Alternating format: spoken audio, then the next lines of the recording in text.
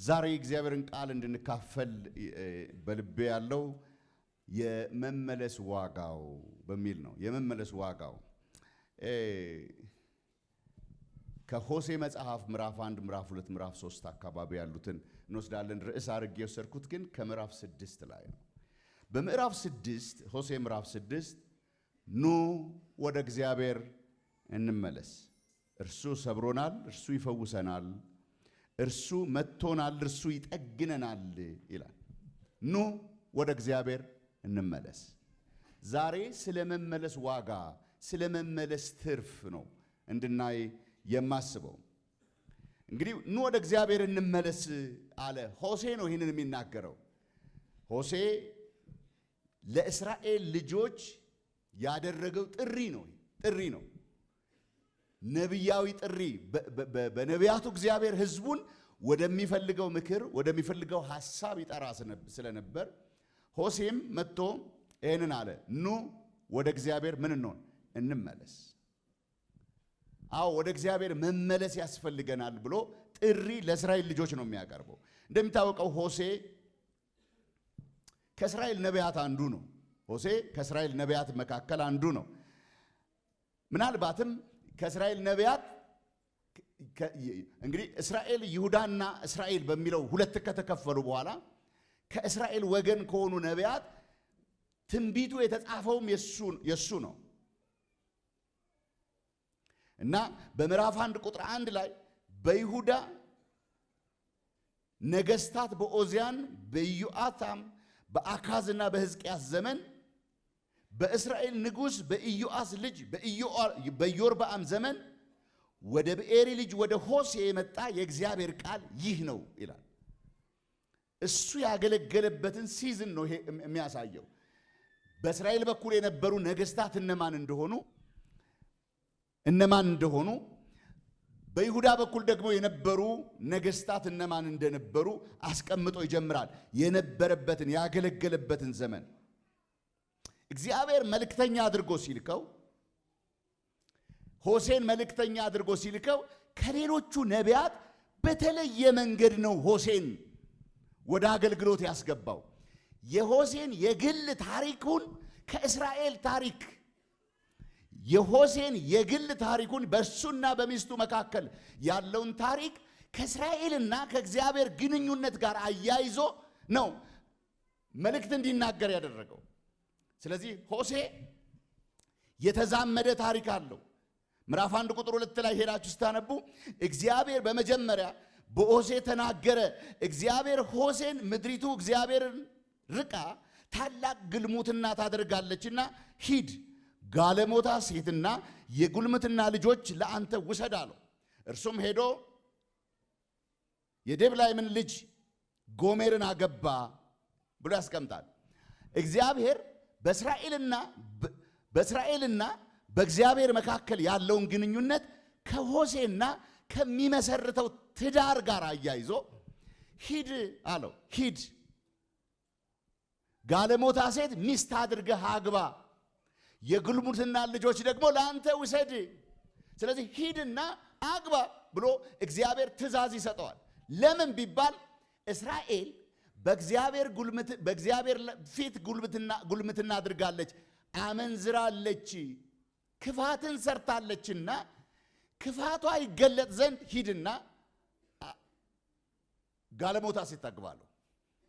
ትንሽ ወጣ ያለ ነው። እንደምታውቁት አንዳንድ የነቢያት ታሪኮችን ስታዩ ወጣ ያሉ ነገሮችን እንመለከታለን።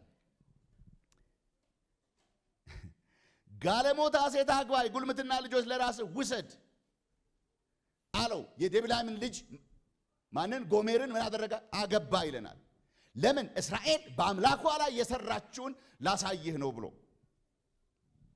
ሆሴ እችን ሴት አገባትና ያልተገባትን ነገር፣ ያልተገባትን ክብር፣ ያልተገባትን ጥቅም፣ ያልተገባትን ማዕረግ አሳይቶ ነቢይ የሆነ ለእግዚአብሔር የተቀደሰና የወጣ ሰው ሄዶ ጋለሞታ ሴት አገባ ይላል። ወሰዳት በቤቱ። ከዛ በኋላ በዛ ታሪክ ውስጥ የተከናወኑ ነገሮችን በደንብ አድርገን እያየን እንሄዳለን ማለት ነው። ጎሜርን ካገባ በኋላ የመጀመሪያ ልጅ ተጸነሰ። ስለዚህ የመጀመሪያ ልጅ ጸነሰች። ስትጸንስ እግዚአብሔር ለሆሴ ምን አለው? ስሙን ኢዝራኤል ብለህ ጥራው አለው። ስሙን ኢዝራኤል ብለህ ጥራው። ኢዝራኤል ማለት ይዘራል ይበትናል ማለት ነው ትርጓሜው። ስለዚህ ሂድና ኢዝራኤል ብለህ ጥራው የልጅህን ስም አለው። ምክንያቱም ኢዝራኤል የሚባለው ሀገር ቦታ በእስራኤል ውስጥ ያ ቦታ ታሪክ ስላለው ነው።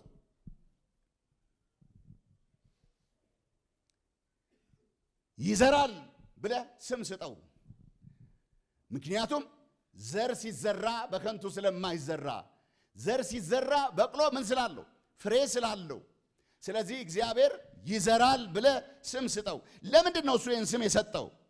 እግዚአብሔር ከጥቂት ዘመን በኋላ የእስራኤልን ደም በኢዩ ቤት ላይ እበቀላለሁና ከእስራኤል ቤተ መንግሥት እሽራለሁና ስሙን ኢዝራኤል ብለህ ጥራው።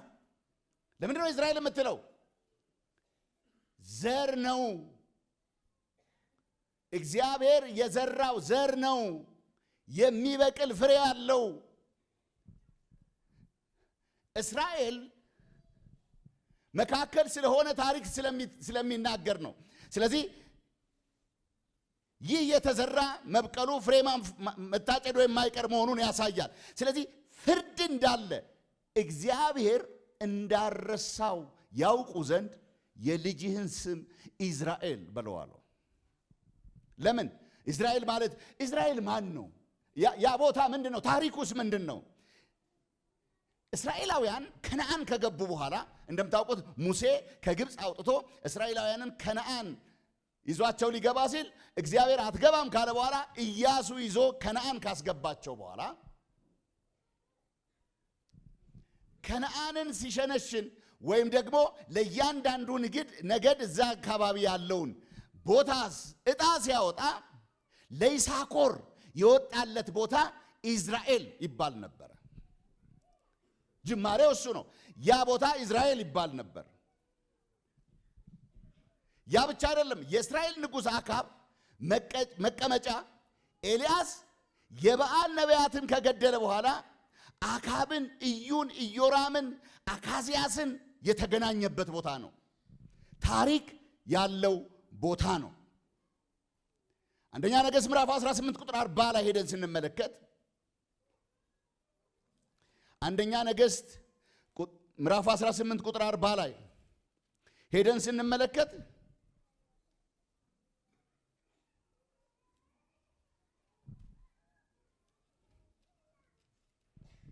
ኤልያስ ከበዓል ነቢያት አንድ ሰው እንዳያመልጥ ያዙ አላቸው። ያዟቸውም። ኤልያስም ወደ ቂሶን ወንዝ ወስዶ በዚያ አረዳቸው። ኤልያስም የአካብን የዝናቡ ሽንፍር እጅግ ነውና ተነስተህ ውጣ ብላ ጠጣም አለው የሚል ታገኛላችሁ። ይሄ ታሪክ ምንድን ነው? እሱ አካብ የእስራኤል ንጉሥ አካብ እሱ በነገሰበት ዘመን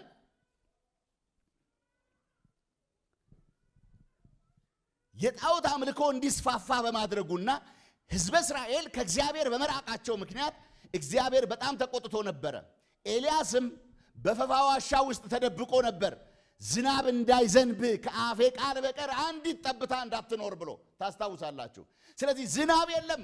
አካብ በዛ ተጨንቋል። ምክንያቱም ኤልዛቤልን አግብቶ የባዕድ አምልኮትን እስራኤል ውስጥ አምጥቶ የባዕድ አምልኮ ልምምድ እንዲኖር ስላደረገ አካብ ኤልዛቤል ነች ያንን ያደረገችው። ስለዚህ አካብ ኤልያስ በፈፋ ውስጥ ተሸሸገ። ከዛ በኋላ ፈፋ ውስጥ ከተሸሸገ በኋላ ከ3 ዓመት በኋላ ኤልያስ ተገለጥ ሲለው እግዚአብሔር ለአካብ ተገለጠና በል ሰብስብ አለው። አምላክ የሆነ ይመለክ ብሎ ታስታውሳላችሁ። አማልክት ሁሉ ተሰብስበው ደረት እየተደቃ ፊት እየተቧጨረ ሲለመን ምንም ሳይሆን ኤልያስ ግን እሳት ከሰማይ አውርዶ ያንን መስዋዕት በላች። ያን ጊዜ ሕዝቡ ሁሉ እግዚአብሔር አምላክ ነው ብሎ ሰገደ ይላል። ያን ጊዜ ኤልያስ ምን አለ? አንድስ እንኳን እንዳያመልጥ ሰብስቡና ያዙልኝ። የበዓል ነቢያት ካህናቶቹ የበዓል ነቢያትን በሙሉ ነቢያቶቹ ምን አድርጓቸው? ሰብስቡና ያዙልኝ አለና ወስዶ ምን አደረጋቸው? ሁሉንም በቂሶስ ወንዝ ምን አደረጋቸው? አረዳቸው፣ ገደላቸው። አሁን እንግዲህ ይሄ ከሆነ በኋላ ከአካብ ጋር ሊገናኝ ተነሳ። አካብን እንደዚህ ያለው መልእክተኛ ላከበት። አሁን ዝናብ አልነበረም አይደለም? አዎ የዝናቡ ውሽንፍር ታላቅ ነውና ቶሎ ብለህ ወደ ቤት ግባ፣ ብላ ጠጣ አለው። ከዛ በኋላ እንግዲህ ምንድነው የተፈጠረው? አካብ ይህን ሁሉ ካደረገ በኋላ ኤልያስ ጸለየ። እጅ የምታክል ደመና መጣች፣ ወዲያውኑ ምድሩን ሞላችው፣ ከባድ ዝናብ ሆነ። አካብ ይህን ሁሉ አየ። እግዚአብሔር በእሳት ሲመልስ አየ። እግዚአብሔር በእሳት ሲመልስ አምላክነቱን ሲያረጋግጥ አየ። እነሱ አማልክት ያሏቸው አማልክት ሆነው ሳይገኙ የአምላክነት ማንነት ሳይኖራቸው አየ። እሱን ብቻ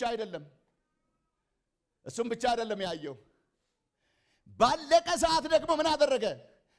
እነዛ እሱ የሚተማመንባቸው የአማልክቶች አገልጋዮች የሚሏቸው ነቢያት በሙሉ ሲታረዱ አየ። እሱ ብቻ አይደለም፣ ጠብ የሚል ዝናብ ባልነበረበት ሁኔታ እግዚአብሔር ከባድ ዝናብ በእስራኤል ላይ አምጥቶ አየ። ስለዚህ ወደ ቤት ገባና ለሚስቱ ነገራት። ኤልያስ ያደረገውን ሁሉ ምዕራፍ 19 አካብም ኤልያስን ሁሉ እንዳደረገ ነቢያትንም ሁሉ በሰይፍ እንደገደለ ለኤልዛቤል ነገራት ይላል። ከዛ በኋላ ኤልዛቤል በጣም ተበሳጨች። እንደው የሰው አንገቱ ላዩ ላይ ካደረ እኔ ሞቻለሁ፣ አማልክቶቼ ይሄና ያን ያድርጉብኝ ሲላቸው ብላ ማለች ይላል። የዛን ጊዜ ኤልያስ ሸሸ፣ ሄደ። ኤልያስ ሸሸ። ያ ብቻ አይደለም፣ ኢዝራኤል ከዛ በኋላ ምን ተፈጠረ? ናቡቴ የሚባል ሰው በኢዝራኤል አንድ የእርሻ ቦታ ነበረው።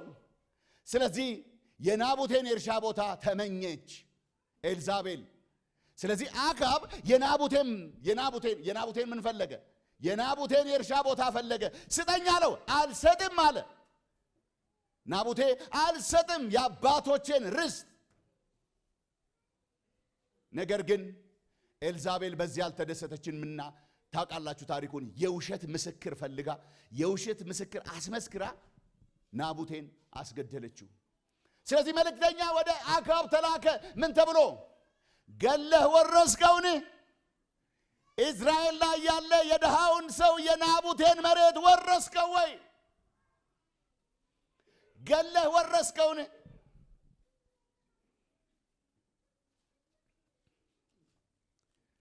ገለህ ወረስከው።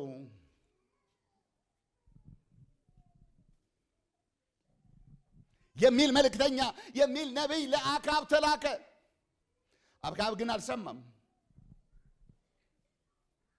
እቺ ሴት ባጠመደችው ወጥመድ ተይዞ ነበርና እንደ አካብ አይነት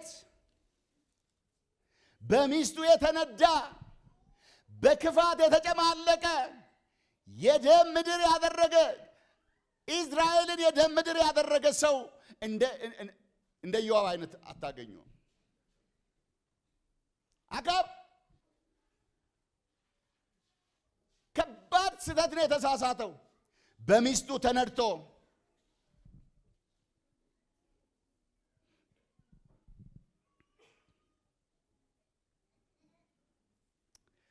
ምዕራፍ 23 ላይ ሄዳችሁ ስታነቡ የአካብና የናቡቴን ታሪክ ታገኙታላችሁ። ምዕራፍ 18 ቁጥር 40 ላይ ስትሄዱ የአካብና የኤልያስን ታሪክ ታገኙታላችሁ።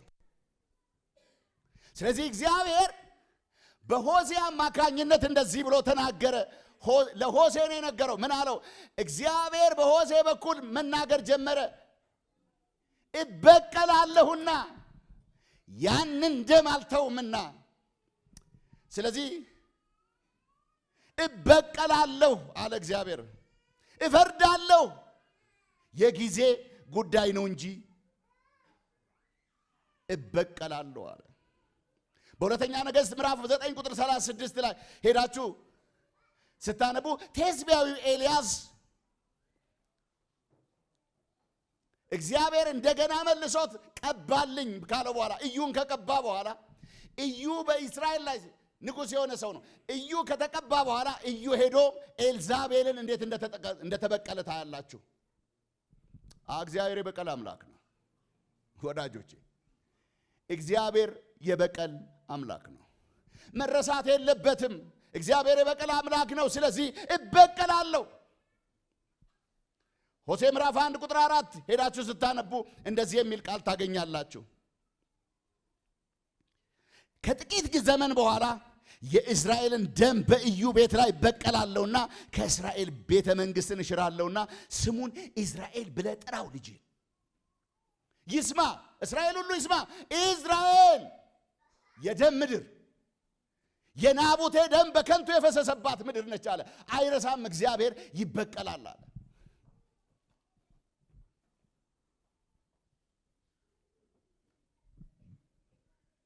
እግዚአብሔር ሳይፈርድ አይቀርም። ሁለተኛ ነገሥት ምዕራፍ 9 ቁጥር 36 ላይ ታዲያ የምታነቡት ሄደው ከኔ ጋር ያለው ማን ነው ሲል ኢዩ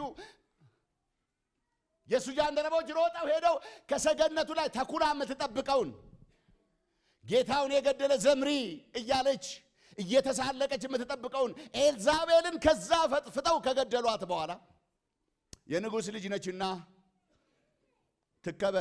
ትቀበር ብሎ እግዚአብሔር ኢዩ ትእዛዝ ሲሰጥ ከራሷና ከመዳፏ በስተቀር ምንም አልተገኘም።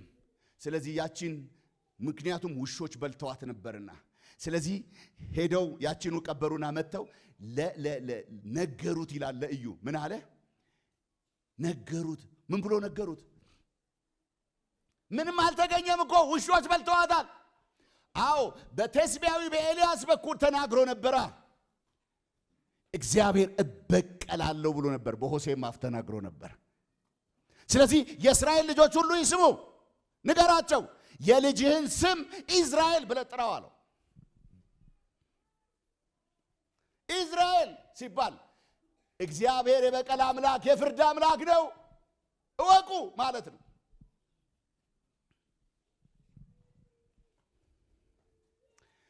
ጎሜር ሁለተኛ ልጅ ወለደች። የመጀመሪያው ኢዝራኤል ተባለ። እግዚአብሔር ይፈርዳል፣ ይበትናል፣ ይዘራል፣ ያፈራል፣ ያሳጭዳል ካለ በኋላ ሁለተኛ ልጅ ደግሞ ወለደች ጎሜር ይላል። ሁለተኛ ሴት ልጅ ደግሞ ስትወልድ ሩሃማ ብለህ ጥራት አለው እግዚአብሔር። እግዚአብሔር ስሟን ሩሃማ ብለህ ጥራ፣ ምሕረት የሌላት ያልተወደደች ብለህ ጥራ አለው። የልጅህን ስም እንደዚህ ብለህ ስም ስጣት አለው። ያልተወደደች ምሕረት የሌላት ሩሃማ ብለህ ጥራ አለው።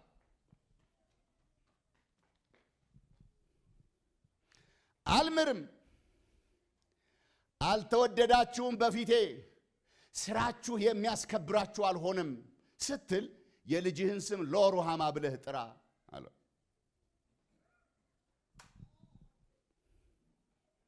ቀደም ብለው የተወደዱ ነበሩ። እውነት ነው፣ የተወደዱ ነበሩ። የእስራኤል ልጆች የተወደዱ ስለመሆናቸው ጥርጥር የለም። ምክንያቱም የአባቶቻቸውን መሐላ ኪዳን የጠበቀ አምላክ ስለሆነ ያላቸው። ዘዳግም ምዕራፍ 7 ቁጥር 6 እስከ 8 ባለው ላይ ለአምላክ ለእግዚአብሔር አንተ ቅዱስ ሕዝብ ነህና በምድር ፊት ከሚኖሩት አሕዛብ ሁሉ ይልቅ ለእርሱ ለራሱ ሕዝብ ትሆን ዘንድ አምላክ እግዚአብሔር መረጠህ። እግዚአብሔር የወደዳችሁና የመረጣችሁ ከአሕዛብ ሁሉ በቁጥር ስለበዛችሁ አይደለም። እናንተ ከአሕዛብ በቁጥር ጥቂቶች ነበራችሁና፣ ነገር ግን እግዚአብሔር ስለወደዳችሁ ለአባቶቻችሁ የማለውን መሐላ ስለጠበቀ ከግብፅ አወጣችሁ ይላቸዋል። ብዙ ሕዝብ ስለነበራችሁ አልነበረም። በአሕዛብ መካከል ጥቂቶች እያላችሁ እግዚአብሔር ግን ስለወደዳችሁ፣ እስቲ ስለወደደ በሉ። ስለወደዳችሁ። ነገር ግን የእግዚአብሔርን መውደድ፣ የእግዚአብሔርን ፍቅር፣ የእግዚአብሔርን በጎነት ከንቱ ያደረጋችሁ ሕዝቦች ናችሁ። ወዷችኋል። አዎ ከልጅነት ወዷችኋል። ሕፃን ሳለ ወደድኩት። ሕፃን ሳለ ወደድኩት። ሕፃን ሳለ ወደድኩት ብሎ ነበር እግዚአብሔር። ነገር ግን መወደዳችሁን አረከሳችሁት፣ በኃጢአት ተጨማለቃችሁ፣ ግልሙትናን ተግባራችሁ አደረጋችሁ። ስለዚህ እግዚአብሔር እስራኤልን አልምርም ሲል ምን አለ? ሎሩሃማ ብለህ ስም ስጥ አለው። ሁለተኛው ልጅ በዚህ ምክንያት ሎሩሃማ ተባለች።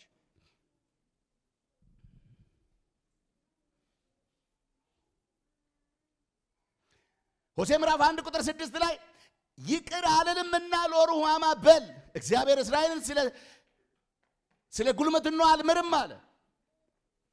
እዛው ጋር ሄዳችሁ ስታነቡ ይሁዳን ግን እምራለሁ፣ በሰይፍ አይደለም፣ በጦር አይደለም፣ በእንደዚህ አይደለም፣ ግን እምረዋለሁ ይሁዳን። ለምን? እኔን ፈልጓልና። እስራኤልስ እኔን ክዷልና አልምርም አለ እግዚአብሔር። ይሄ እግዚአብሔር ባህሪ ነው።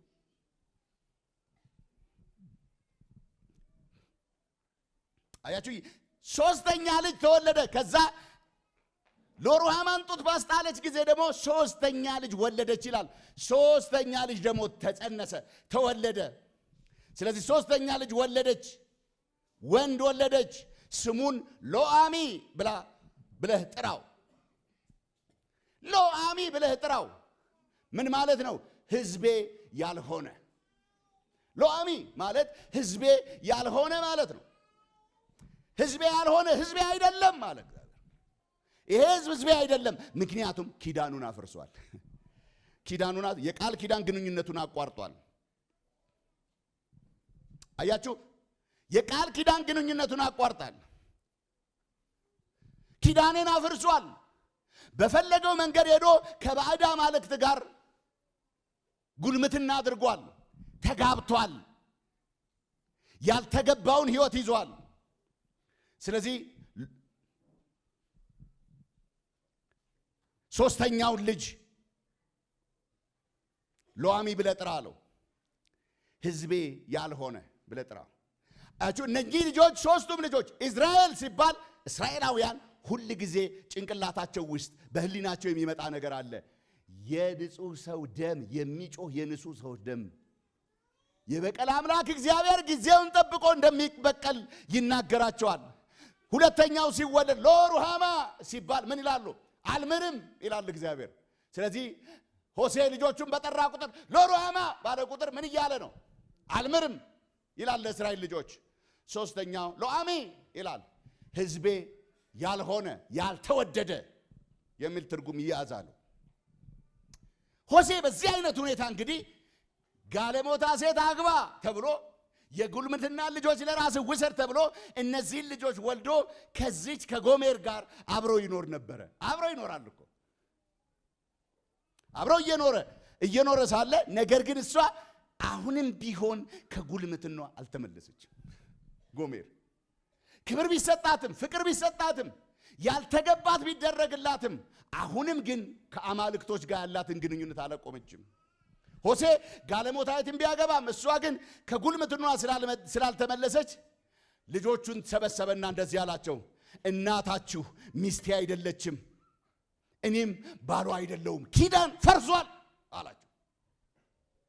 ኪዳን ፈርሷል። እናታችሁ ሚስቴ አይደለችም፣ እኔም ባሏ አይደለሁም አለ።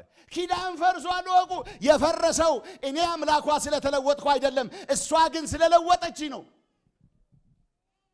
አለ። በጣም ተቆጣ። አንዳንድ ሰዎች እንቆጣለን አይደለም?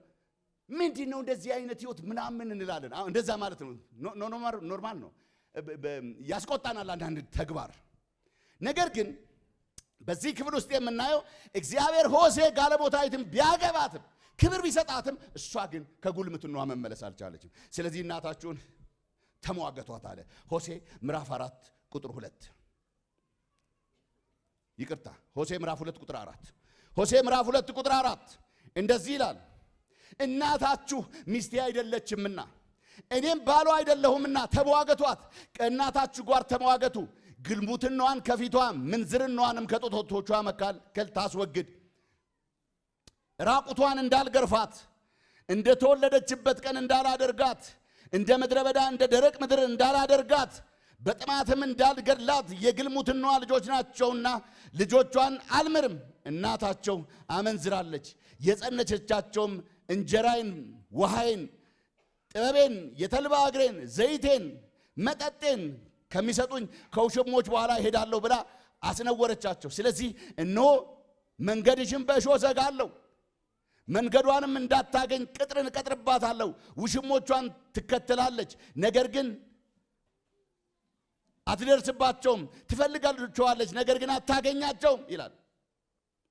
ቁጥር 10 እርሷም እህልና የወይን ጠጅ ዘይትም የሰጠኋት ለበዓል የተሰራውን ብርና ወርቅ ያበዛውለት እኔ እንደሆንኩ አላወቀችም። ወረደ 12 ላይ ውሽሞቿ እያዩ ነውሯን እገልጣለሁ፣ በእጄም ማንም አያድናትም አለ። ቁጥር 15 ላይ ሂዱ። እኔ ረስታ ውሽሞቿን እየተከተለች በጉትቾቿና በጌጦቿ እያጌጠች ለበዓሊም ያጠነችባቸውን ወረት እበቀልባታለሁ ይላል እግዚአብሔር ይላል። ሆሴ ምን አለ? እቺ እናታችሁን ሂዱና ተሟገቷት አለ።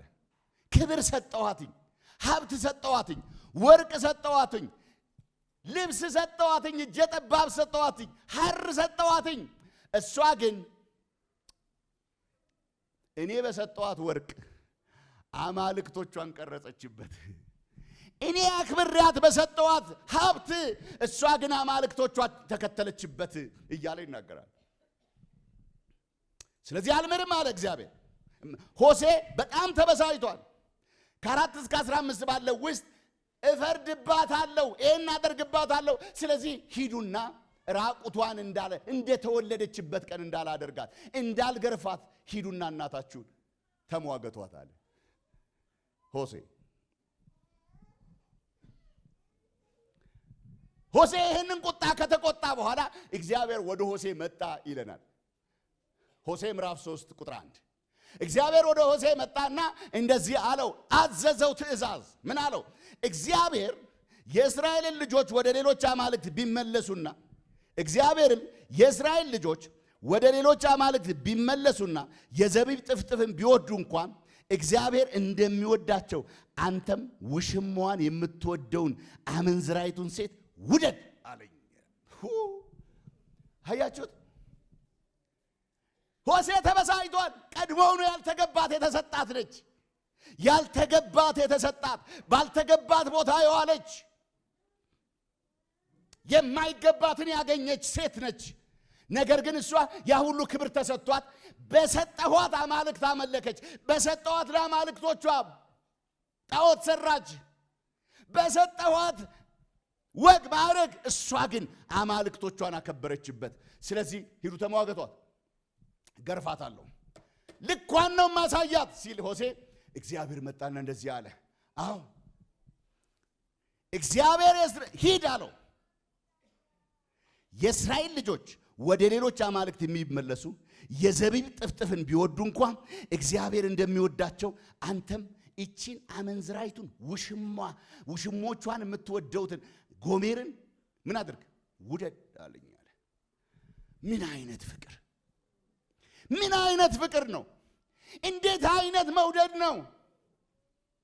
ያልተገባውን ሰጥቶ ያልተገባህን አድርጎ ያልተገባንን ሰጥቶ እንደገና በኃጢአት ስንወድቅ እግዚአብሔር የሚወድ ሆሴን እንደዚህ አለው፣ ሂድ እንደገና ሂድ። አዎ አማልክቶቿን የምትወደውን ጎሜርን ሄደ እጅ መንሻ ሰጠ፣ ይቅርታ ጠይቀ እጅ መንሻ ሰጠ፣ ሚስት አድርግ እንደገና። እስቲ እንደገና ብሏችሁ ጮሁ። ኦሮ አይሰማም። እንደገና በሉ። ሂድ እንደገና። አያችሁ እግዚአብሔር እንደገና አምላክ ነው። አያችሁ እግዚአብሔር እንደገና አምላክ። አዎ እግዚአብሔር ፈራጅ ነው። አዎ እግዚአብሔር ሕዝቤ አይደላችሁም ብሎ ያንን ሕዝብ የሚቀጣ ነው። አዎ እግዚአብሔር ፈራጅ አምላክ ነው። ነገር ግን እግዚአብሔር ደግሞ የእንደገና አምላክ ነው። ስሙ የተባረከ ይሁን። ስለዚህ ሆሴን እንደዚህ አለው፣ ሂድና ጎሜርን አግባት አለው። እግዚአብሔር የእስራኤል ልጆች ወደ ሌሎች አማልክት ቢመለሱና የዘቢብ ጥፍጥፍን ቢወዱ እንኳን እግዚአብሔር እንደሚወዳቸው አንተም ውሽማዋን የምትወደውን አመንዝራይቱን ሴት ውደድ አለኝ። እኔም በ18 ብር በአንድ ቆሮስ መስፈሪያ ተኩል ገብስ ገዛኋት። ከእኔ ጋር ብዙ ወራት ተቀመጪ፣ አታመንዝሪ፣ ለሌላ ሰውም አትሁኝ፣ እኔም እንዲህ እሆንልሻለሁ አልኳት። ውደድ አለኝ። አያችሁ፣ እግዚአብሔር ይወዳል። አዎ እግዚአብሔር ይወዳል ማለት ግን ፍቅሩ ማላገጫ ነው ማለት አይደለም። እግዚአብሔር ደግሞ ይፈርዳል። አያችሁ፣ ለእስራኤል ልጆች የሚነግራቸው እሱን ነው። አዎ አይረሳም፣ እግዚአብሔር አይረሳም። በእስራኤል የፈሰሰውን ደም የሆነውን ነገር እግዚአብሔር አይረሳም። በፍጹም ሊረሳ አይችልም። አይረሳም እግዚአብሔር አለ።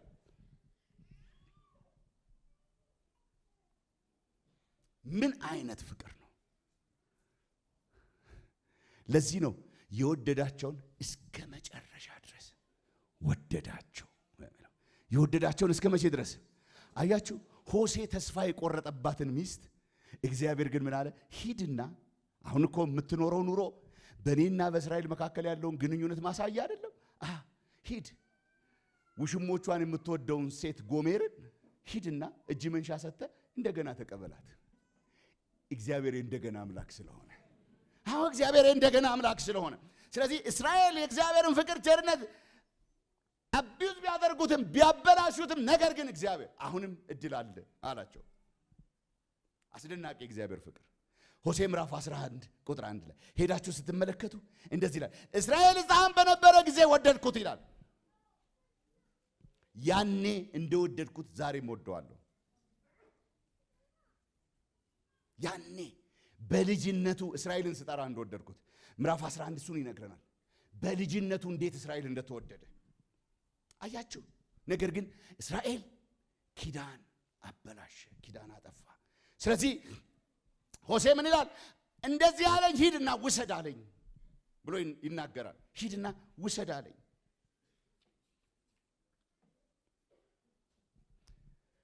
እስራኤል እንደዚህ ብትወደድም አያችሁ፣ እሷ ግን በጣም በጣም ጨካኝ ነች።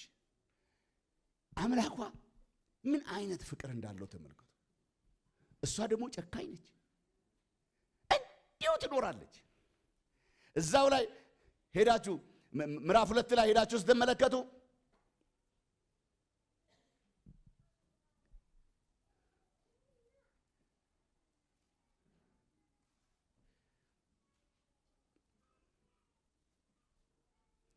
ያለ ንጉሥ፣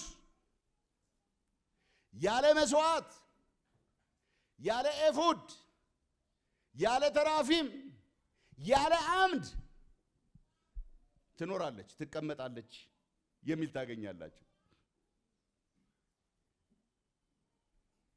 ምዕራፍ 3 ቁጥር 4 ላይ የእስራኤል ልጆች ያለ ንጉሥ፣ ያለ አለቃ፣ ያለ መስዋዕት፣ ያለ አምድ፣ ያለ ኤፉድ፣ ያለ ተራፊም ብዙ ወራት ይቀመጣሉና አለ። እንዲሁ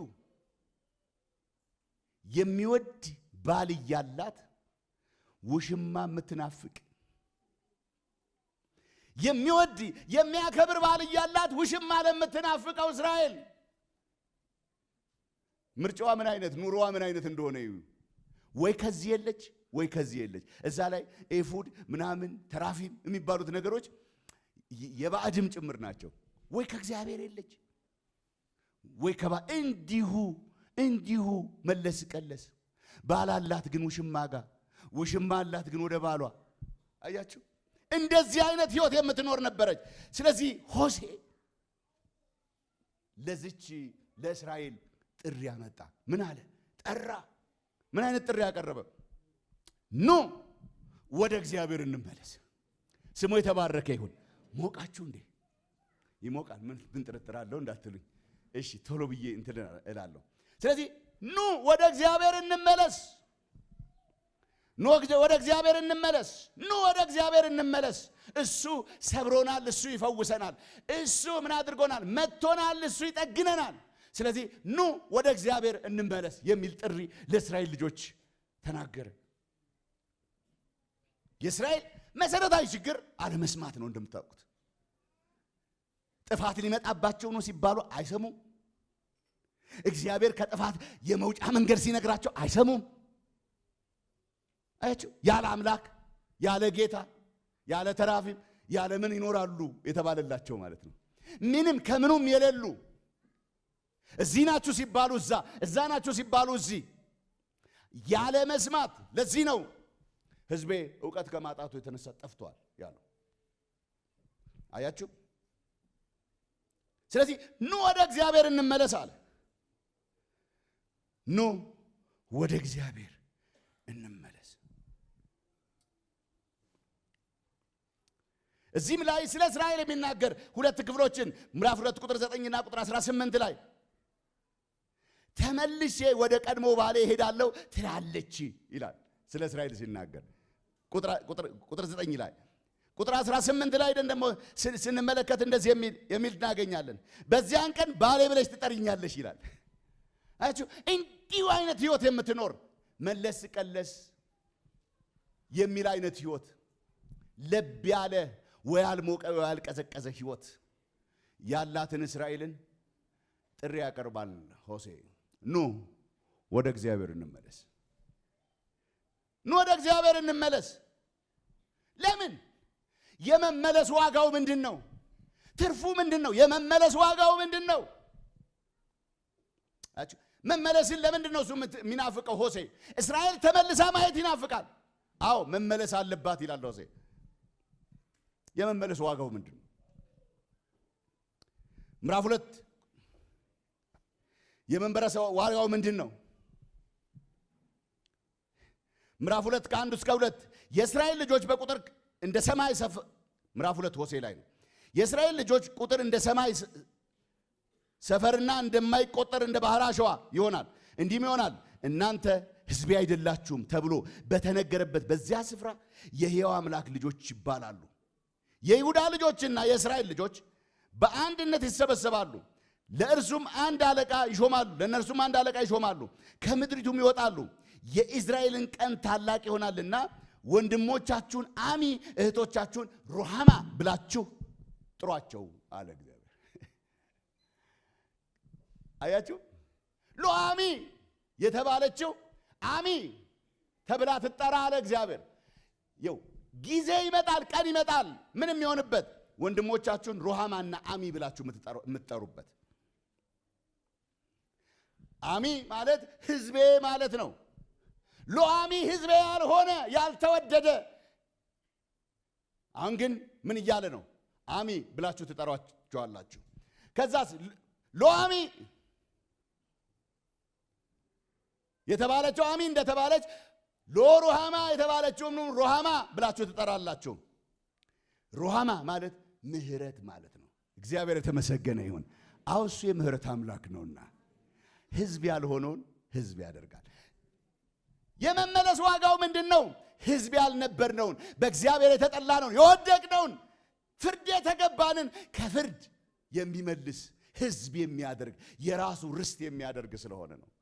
ኑ እንመለስ። ለምን? እግዚአብሔር ሕዝቤ አይደለም ያለውን ሕዝቡ ስለሚያደርግ። ኑ ወደ እግዚአብሔር እንመለስ። ለምን? እግዚአብሔር ምህረት ያልተገባቸውን ምህረት ስለሚሰጥ። ወዳጆቼ፣ አዎ እግዚአብሔር የባለ ብዙ ምህረት አምላክ ነው። ስሙ የተባረከ ይሁን። ኑ እንመለስ። ለምን? ከእግዚአብሔር ምህረት እንድንቀበል፣ ሕዝቤ እንድንባል፣ የተተወልን ኃጢአታችን የተሰረየልን ይቅር የተባልን ሰዎች እንድንሆን ከፈለግን ወደ እግዚአብሔር ምን እንመለስ። የመመለስ ዋጋው ምንድነው? ምህረት፣ ይቅርታ። እስቲ ጎናችሁ ያለውን ሰው የመመለስ ዋጋው ምህረት ነው፣ ይቅርታ ነው በሉት። አሚና ሎአሚ ሩሃማ አሚና ሩሃማ ብላችሁ ወንድሞቻችሁን በአዲሱ ትርጉም ይሄንን በደንብ ያዝ። በአዲሱ ትርጉም ወንድሞቻችሁን ሕዝቤ እህቶቻችሁንም ተወዳጆቼ ብላችሁ ጥሯቸው አለ እግዚአብሔር። በአዲሱ መደበኛ ትርጉም አሚና ሎአሚ የሚለውን ተርጉሞት ማለት ነው። ብላችሁ ጥሯቸው። የመመለስ ዋጋው ምንድነው? ምህረት ከእግዚአብሔር ምህረት ብንፈልግ ከሆነ እንመለስ። ለብ ያለ ህይወት፣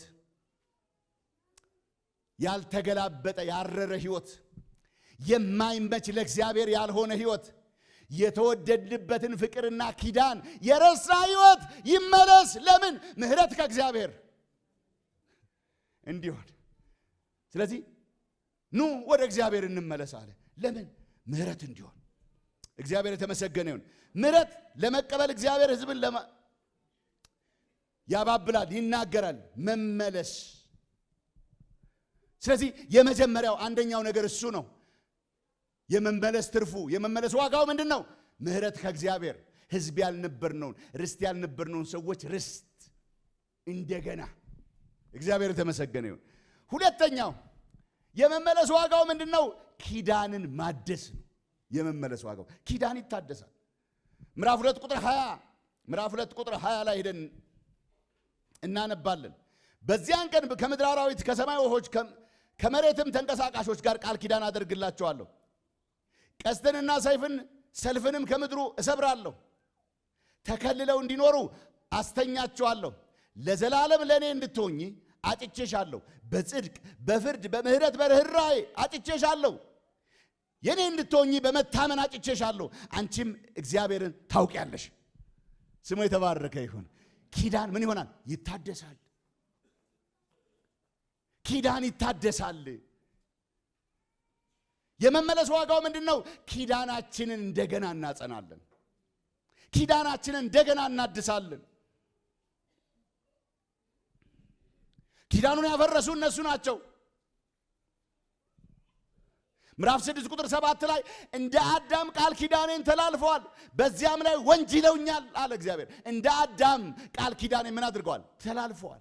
ኪዳን ያፈረሱ እነሱ ናቸው። ምዕራፍ 8 ቁጥር 1 ላይ ሄዳችሁ መለከት ወደ አፍህ አቅርብ፣ ቃል ኪዳኔን ተላልፈዋልና በሕጌም ላይ አምፀዋልና መለከት ወስደ ጥሩምባ ንፋ። ኪዳኔን አፍርሰዋል። አያችሁ? ለዚህ ነው እንመለስ። ለምን? ኪዳናችን ይታደስ። እግዚአብሔር አምላካችን ባሌ ብላሽ ትጠርኛለሽ፣ ቅድም አንብቤዋለሁ። እግዚአብሔር አምላካችን ለማለት ድፍረት እንድናገኝ ኪዳን ምን ይሆናል? ይታደሳል። በጽድቅ በፍርድ በምህረት በርኅራኄ በመታመን አጭቼሻለሁ። እግዚአብሔርን ታውቂያለሽ። እንደገና ከእግዚአብሔር ጋር ትሆኛለሽ። አዎ ኪዳን ይታደሳል። እግዚአብሔር ከኛ ጋር፣ እኛ ከእግዚአብሔር ጋር እንሆናለን። ኑ ወደ እግዚአብሔር እንመለስ። የመመለስ ዋጋው ኪዳን ማደስ ነው። ሶስተኛ የመመለስ ዋጋው ምንድን ነው? ከፍርድ ከችግር ሸለቆ ወደ ተስፋ በር መሻገር ይሆናል። ምዕራፍ 2 ቁጥር 16 ስለዚህ ይላል፣ ስለዚህ እነሆ አባብላታለሁ፣ ወደ ምድረ በዳ አወጣታለሁ፣ ለልቧም እናገራለሁ። ከዚያ የወይን ቦታውን የተስፋ በርም እንዲሆንላት የአኮርን ሸለቆ እሰጣታለሁ አለ። የአኮርን ሸለቆ የተስፋ ብርሃን አድርጌ እሰጣታለሁ አለ። አኮር የተስፋ ብርሃን አይደለም፣ የእግዚአብሔር ጭካኔ ነው። አኮር እንደምታውቁት የአኮር ሸለቆ ማለት ምን ማለት ነው? አኮር የአኮር ሸለቆ ምንድን ነው? እሱ የአኮርን ሸለቆ የተስፋ በር አድርጌ ምን አደርጋታለሁ? እሰጣታለሁ አለ። ኪዳን ሲታደስ ተስፋ ይታደሳል። ኪዳን ሲታደስ በረከት ይመጣል። ተመልከቱ፣ የአኮር ሸለቆን ኢያሱ ምዕራፍ 7 ቁጥር 24 ላይ ሄዳችሁ አንብቡ። የአኮር ሸለቆ እንዴት እንደመጣ። የአኮር ሸለቆ ምንድን ነው? ኢያሱ ምዕራፍ 7 ቁጥር 24። ኢያሱ ምዕራፍ 7 ቁጥር 24 ላይ የእስራኤል ልጆች በመካከላቸው አንድ እርም ተገኘ። አካን የሚባል ሰው እግዚአብሔር ያልፈቀደለትን ምርኮ ወስዶ በቤቱ ሸሸገ። ወርቅ ምናምን ሸሸገ። የእስራኤል ልጆች ተሸነፉ። ስለዚህ ኢያሱ በጣም ተበሳጨ። ቢጠየቅ ማንም የሚያወጣ የለም። ግን መካከላቸው እርም ነበረ። መካከላቸው ኃጢአት ነበረ። መካከላቸው እግዚአብሔርን ትእዛዝ የተላለፈ አትንካ የተባለውን የነካ ሰው ነበረ። ስለዚህ ኢያሱ ዕጣ ሲጥል ማን ላይ ወደቀ? አካብ ቤት ወደቀ። ስለዚህ ሰዎች ሮጡና የአካቡን ድንኳን ፈተሹ። ሲፈትሹ ያ እርም አካብ ድንኳን ውስጥ ተገኘ። ስለዚህ ኢያሱ ጋር መጡና ይሄው ጌታ ሆይ ይሄው አካብ ቤት ውስጥ ተገኝቷል። የደረሰብን ሁሉ የእስራኤል ልጆች የተጨነቁት ጭንቀት ሁሉ በዚህ ምክንያት ነው ሲሉት አክዓብን፣ ልጆቹን፣ ቤቱን፣ ሀብቱን በሙሉ ሰብስቡና አምጡ አለ። አመጡ። ወደ አኮር ሸለቆ ወሰዷቸውና በዛ በድንጋይ ወግረው ገደሏቸው። የድንጋይ ክምር በላያቸው ላይ ተከመረ። የዚያ ስፍራ ስም የአኮር ሸለቆ ተባለ ይላል። አያቸው፣ እግዚአብሔር ፍርድ የተገለጠበት ነው። የአኮር ሸለቆ የልምላሜ ቦታ አይደለም። የአኮር ሸለቆ የመጨረሻ እግዚአብሔር ፍርድ የተገለጠበት ቦታ ነው። ምን አለ? የአኮርን ሸለቆ የተስፋ ብርሃን አድርጌ እሰጣታለሁ አለ። ስሙ የተባረከ ይሁን። አዎ የተስፋ በር አድርጌ እሰጣታለሁ የአኮርን ሸለቆ። አክዓብ በዛ በተቀበረበት እስከ ዛሬ ድረስ የዛ ስፍራ ስም የአኮር ሸለቆ ተብሎ ተጠራ የሚል ታገኛላችሁ። ኢያሱ ምዕራፍ 7 ቁጥር 24 ላይ። አዎ እግዚአብሔር እንደዚህ ይላል፣ ኑ ወደ እግዚአብሔር እንመለስ። የመመለስ ዋጋው ምንድን ነው? ምህረት። የመመለስ ዋጋው ምንድን ነው? እሱ ኪዳንን ማደስ፣ እግዚአብሔርን ከኛ ጋር ማድረግ፣ እግዚአብሔር የተቀበለው የእግዚአብሔር ልጆች መሆን። በኪዳን ውስጥ ነው እሱ ልጅነት የሚረጋገጠው። ስለዚህ ኪዳን ማደስ። የመመለስ ዋጋው ምንድን ነው? ተስፋ ብርሃን፣ የተስፋ በር፣ የበረከት ምንጭ መሆን። ዛሬም እግዚአብሔር ኑ ይላል። ዛሬም እግዚአብሔር እድል አለ ይላል። ለእኔና ለዚህ ጉባኤ እግዚአብሔር እድል አለ ይላል። ለዚች ምድር ኑ ወደ እግዚአብሔር እንመለስ። በምህረቱ እንድንጎበኝ፣ በኪዳን ውስጥ እንድንኖር፣ በተስፋ በበረከት ውስጥ እንድንገኝ፣ የእግዚአብሔር እጅ በመካከላችን እንድትገለጥ ኑ ወደ እግዚአብሔር እንመለስ። የመመለስ ዋጋው ትልቅ ነው ወዳጆቼ። የመመለስ ዋጋው ትልቅ ነው። ኑ ወደ እግዚአብሔር እንመለስ። የዛሬው መልእክት ይሄ ነው። ኑ ወደ እግዚአብሔር እንመለስ። እንጸልያለን።